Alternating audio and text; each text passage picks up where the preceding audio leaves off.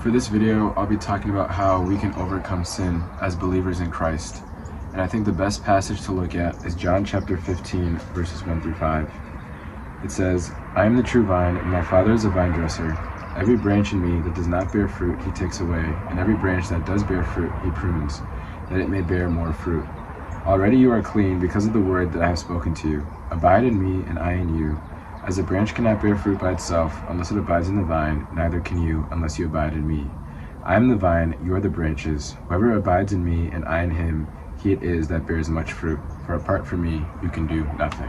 The way I take this verse or verses is that we can only overcome sin by abiding in Christ, and in him alone are we made free.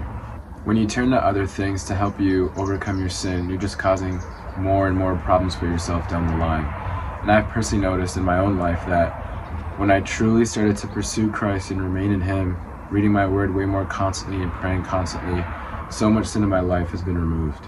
Another thing that's helped me a lot in overcoming sin is having a strong community of Christians in my life. It says in Ecclesiastes chapter 4, verses 9 through 10, "Two are better than one because they have a good reward for their toil. For if they fall, one will lift up his fellow. But woe to him who is alone when he falls and has not another to lift him up." Having a strong Christian community around you is one of the best things you can do to overcome sin, because you're always around people who have the same interest in you, and they won't drag you in the wrong direction, but they should be leading you closer to God and to grow in your faith. And like the verse says, if you stumble, you have someone who's there to help you and pick you up and guide you in your walk. But if you're all alone, you're not going to have someone to help you. And the last thing that I'd say has really helped me overcome a lot of sin in my life was really deep prayer.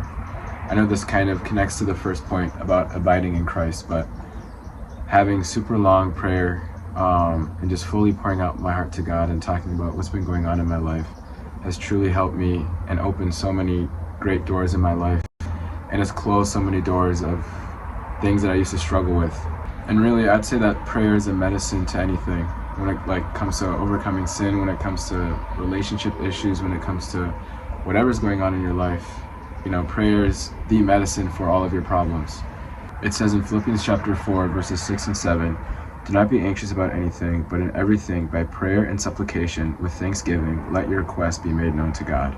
And the peace of God, which surpasses all understanding, will guard your hearts and your minds in Christ Jesus."